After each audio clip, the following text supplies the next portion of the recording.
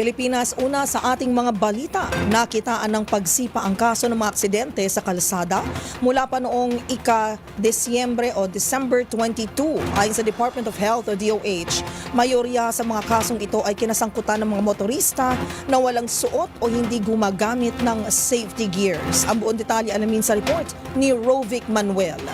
Mas tumaas at umabot na sa higit 200 ang kaso ng road traffic incidents ngayong bago at matapos lang ang Kapaskuhan. Sa pinakahuling ulat na inilabas ng Department of Health o DOH, nasa 284 na ang kabuang bilang ng mga nasangkot sa aksidente sa kalsada simula December 22 hanggang kaninang umaga.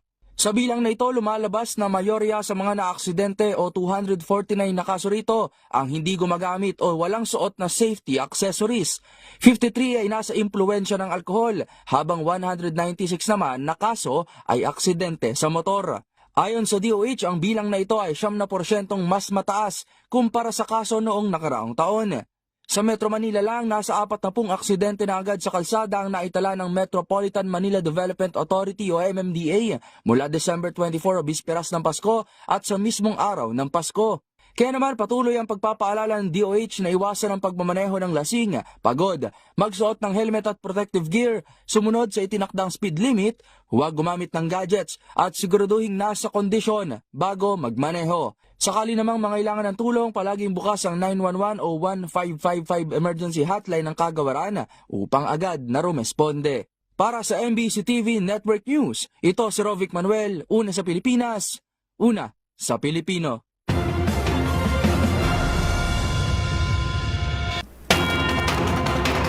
Apat na tulog bago ang bisperas ng 2025, bantay sarado na ng Valenzuela City Police ang lahat ng border sa pagitan ng lungsod at ng Bulacan.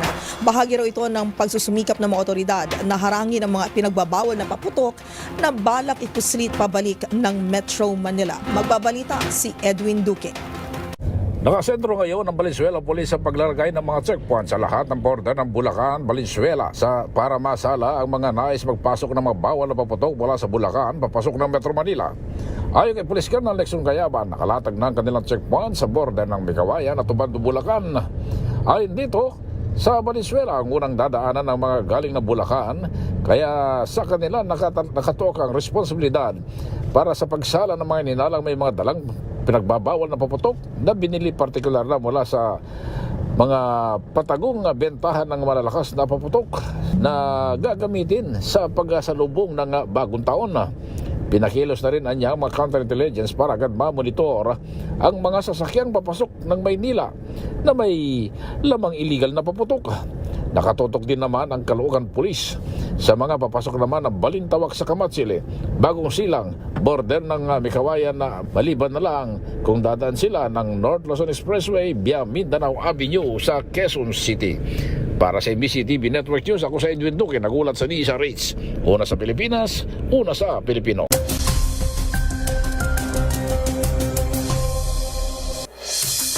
Para sa ating ulat panahon ngayong araw ng Biyernes, nababalot ngayon ng makapal na kaulapan ang buong Visayas, Mindanao at isla ng Palawan bunsod ng Intertropical Convergence Zone. Asahan ng maulap na panahon na sinasamahan ng katamtaman hanggang sa malalakas na pag-ulan sa mga naturang rehiyon, kasama na rin ang ilang bahagi ng Kabikulan.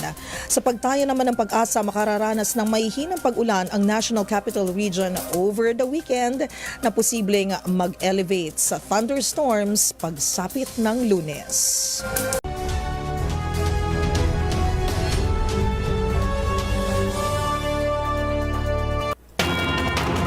By Molly, hindi na umabot sa pagpapalit ng taon ang 45 anyos na Sumatran elephant sa Indonesia matapos itong matagpuang patay sa ilog sa isang zoo sa Bali.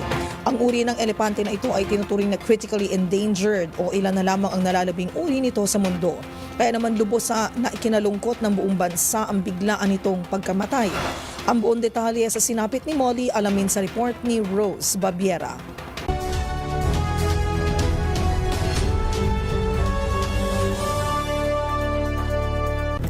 Sa kabila ng lubos na pagbabantay at pag-aalaga ng endangered species, may ilang pangyayari talaga na hindi inaasahan na maaaring magdulot ng hindi kanais-nais na bunga.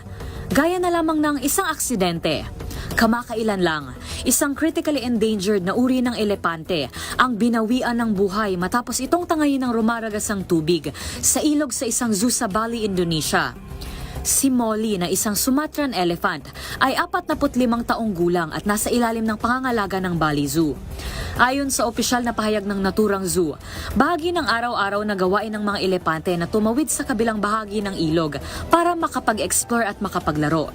Gayon lamang, buhat ng malakas na ulan, biglang tumaas ang tubig sa ilog na mabilis at malakas ang pagdaloy. At nang si Molly na ang tatawid, nang humampas ang tubig sa elepante, nawala ang balanse nito at tuluyan ang tinangay ng rumaragasang tubig. Naglunsad ang zoo ng overnight search and rescue para hanapin ang hayop at sa tulong ng mga lokal na residente, natagpuan na ngang walang buhay ang elepante. Kasalukuyang isinasaayos ng pamunuan ng Bali Zoo ang pag-evacuate ng katawan ni Molly upang makapagdaos ito ng burol para sa elepante. Nagsasagawa rin ng investigasyon ang Bali Natural Resources Conservation Agency ukol sa pangyayaring ito upang masiguro na mapapangalaga ang mabuti ang mga hayop tulad ni Molly na endangered. Ayon sa tala, hindi natataas sa 700 ang bilang ng mga Sumatran elephants sa Indonesia. Para sa DZRH TV, ito si Rose Babiera. Una sa Pilipinas, una sa Pilipino.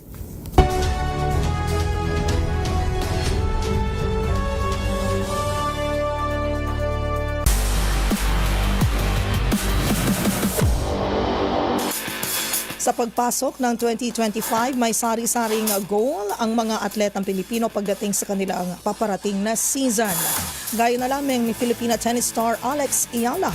Inihayag ng 19-year-old athlete ang plano nitong makapasok sa top 100 ng world ranking, makasungkit ng titulo at mag-qualify para sa Grand Slam main draw. Ang mga detalye tutukan sa report ni Millie Borja.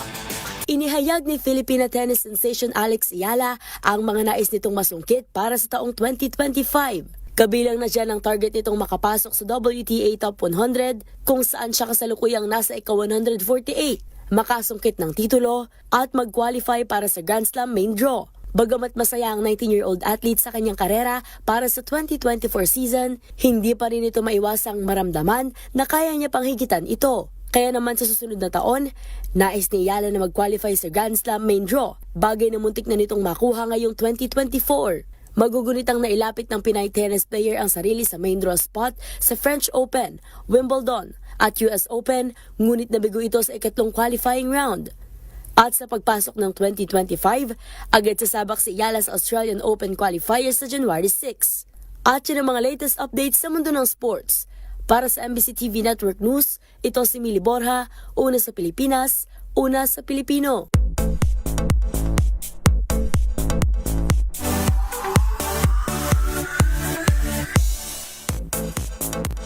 Tuwing Pasko, kanya-kanyang flex ang netizens ng kanilang family portraits sa social media. At syempre, di papahuli riyan ang mga iniidolong artista. May ilang A for effort sa kanilang matchy outfits. Meron ding Winter Christmas ang ibinida. At may aktres namang nagdiwang din ang kanyang kaarawan noong December 25. Silipin ang mga yan sa showbiz report na ito. Ngayong 2024, talagang merry ang Christmas ng mga paboritong artista na all smiles sa kanilang family photos na ibinida sa social media. Kabilang nga sa mga nagpaabot ng pagbati ang pamilya ni Marian Rivera at Dingdong Dantes with Zia and Sixto at kanilang cute fur babies. Matchy-matchy naman ang outfit ni Natalie and Baby Mochi sa kanilang fam pic with bossing Vic Soto and Pauline Luna. Tila cozy pajama party naman ang theme sa Christmas celebration ng pamilya ni Hello Love Again star Catherine Bernardo. Gayon din kina Drew Aureliano and soon-to-be mom of 5 Iya Villania. Samantala, may ilang celebs namang sa abroad na pili mag-celebrate ng Christmas.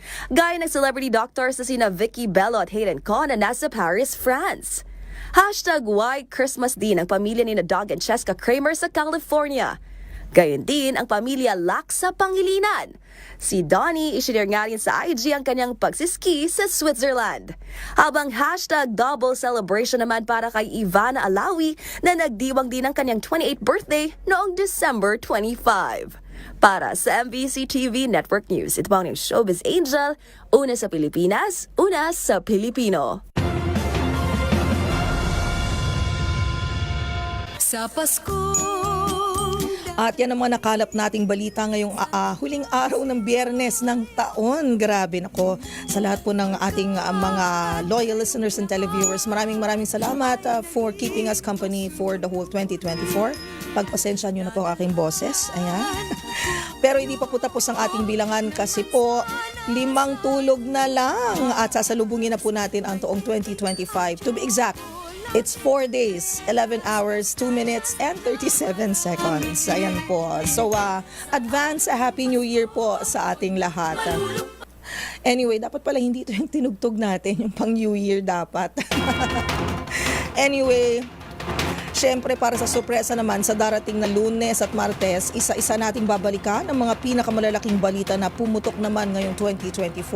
Alamin kung sinong personalidad ang naging mukha ng mga balita ngayong taon dahil magsisimula na ang 2-part countdown ng top stories of 2024. Exciting po yan.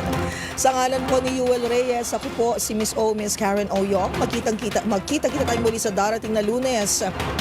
Lunes ay, sa January na tayo, January 3, 2024. Pero marami po tayong mga exciting po na mga programa sa time slot na ito this coming December 30 and 31. Magkita-kita po tayo ang MNN, MBC Network News sa 2025. Ayan po.